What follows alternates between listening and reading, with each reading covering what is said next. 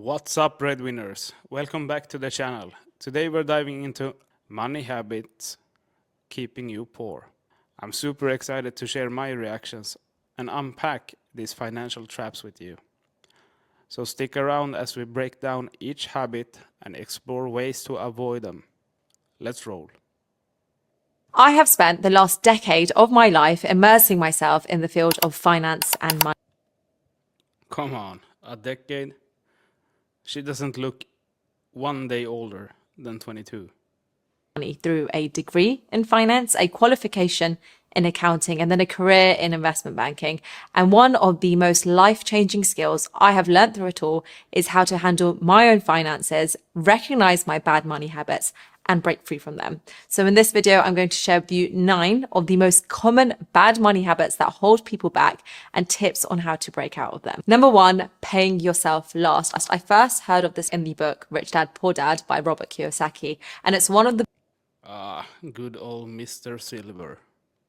blueprints in achieving financial freedom. Robert explains that the way people pay their bills can be broken down into 2 types.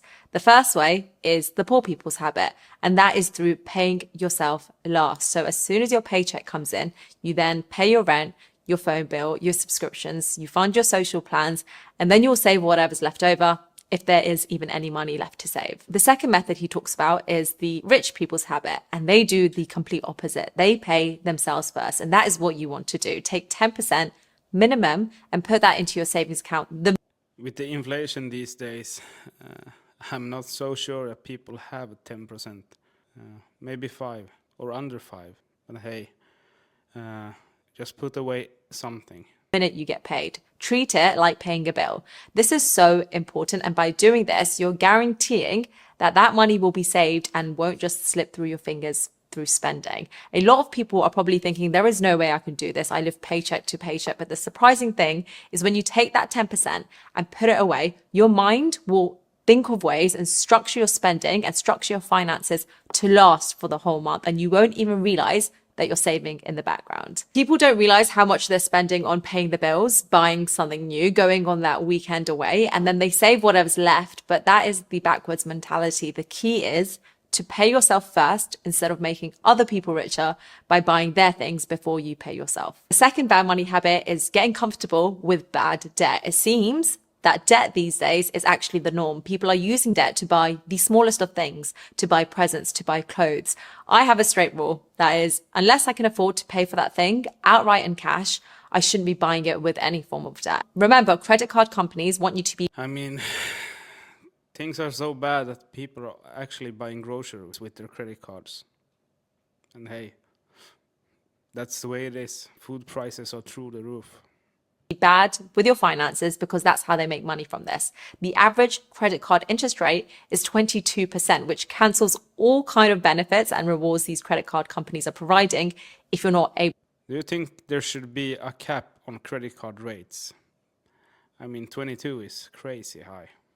To pay them off in time is not having a stockpile. This ties into point number 1, which is about paying yourself first. And essentially it's saving enough so that you have a buffer behind you of about 3 to 6 months. This is super important, and it will give you peace of mind just by having this buffer kept to one side and available to tap into if you need it. You free up that mental energy to designate to more important things. So how do you gather this 6 months of buffer? It's through that paying yourself first. Start putting that 10% away, and once you have your stockpile, then you can start using the additional money you save to building into your investment fund and looking at investments.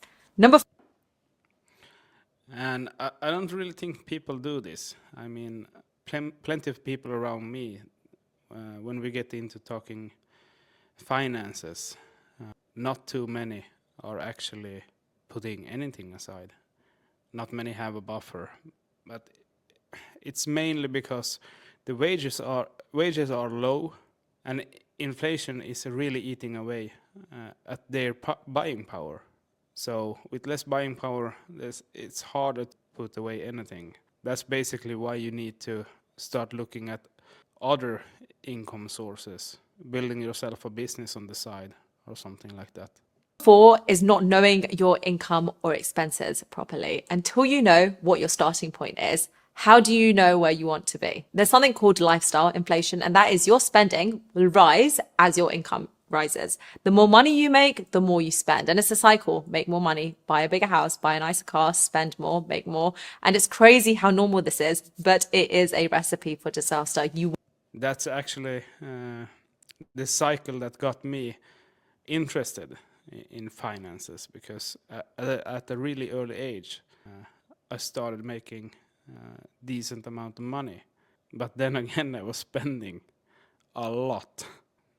So after a couple of years of doing that, I started wondering why I was broke all the time, while I was being paid way more than my parents were when they were working. So try to keep out of that cycle. Want to be in control of your finances and mapping out where things are going. A budget tracker is super important, and you want it to include how much you're making, how much you're paying yourself first, that 10% we spoke about, your expenses, so your bills, your mortgage, your rent, your spending, your debt repayments, and so on. And you want to be keeping on top of that budget tracker. At least every 3 months, set a date night with the tracker. People who know exactly where they are financially, they know their assets, they know their liabilities, they have a clear goal on where they want to go financially and all the steps they need to take to get there, are more likely to get a lot of money and build wealth compared to people who just fantasize about money, but have no idea how to go about it, how they plan to acquire it, or how to manage it. Just being mindful of this stuff and seeing those numbers in black and white will trigger you into action. Fifth bad money habit is having expensive hobbies. A lot of people like to shop, and I guess, yeah, part of this is retail therapy. But again, marketing, social media, and these multi-billion-pound organizations love to tell us how much we need to spend our money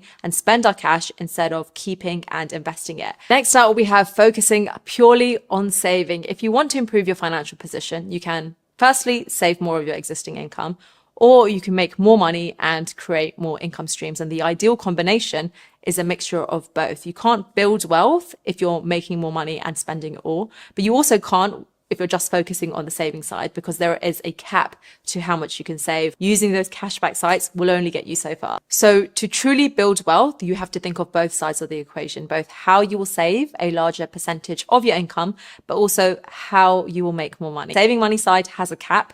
The making money side does not. It's infinite. There is unlimited potential upside, whether it's investing in the stock market, asking for a pay rise, starting a side hustle. You want to break the bad money habit of thinking that saving money is going to massively increase your wealth. Number 7. This is so true. I mean, try to buy something nice, like a nice car with just saving. It will take you 20 years. So that's why I invest. I invest in both crypto and the stock market, and also in businesses. I would say that I spend my money, but I spend it wisely.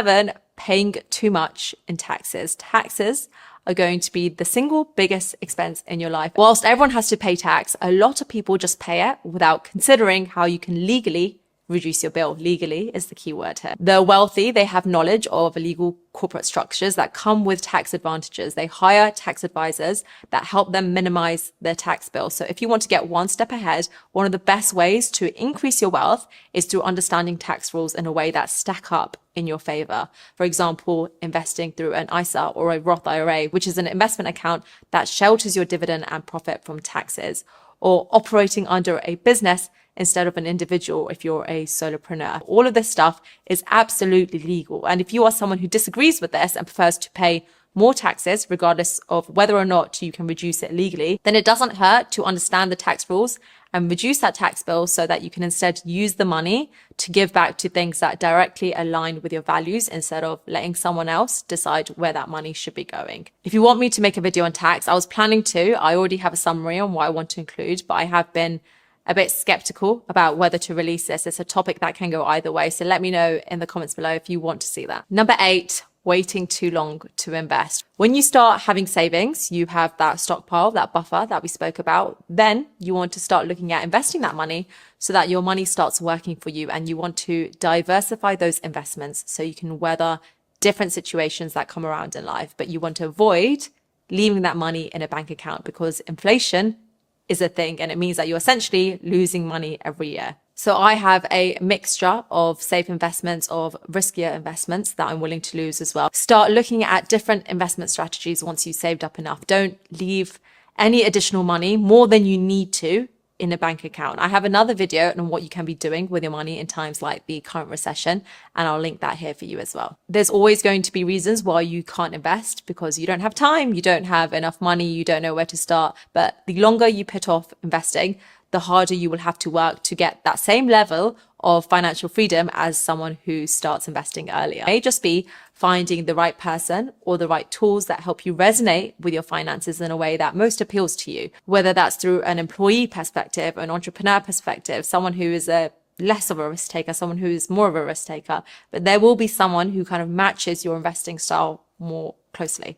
Thank you so much for watching. If you like this video, you may also enjoy another one that I've linked here on building wealth and making money work for you. And that's a wrap on breaking down those sneaky money mistakes. What do you think? Any habits you caught yourself in? Drop your insights and your money saving hacks in the comments. I'd love to hear from you. If you find this video useful, give it a thumbs up, share it around, and don't forget to hit that subscribe button. Catch you in the next one.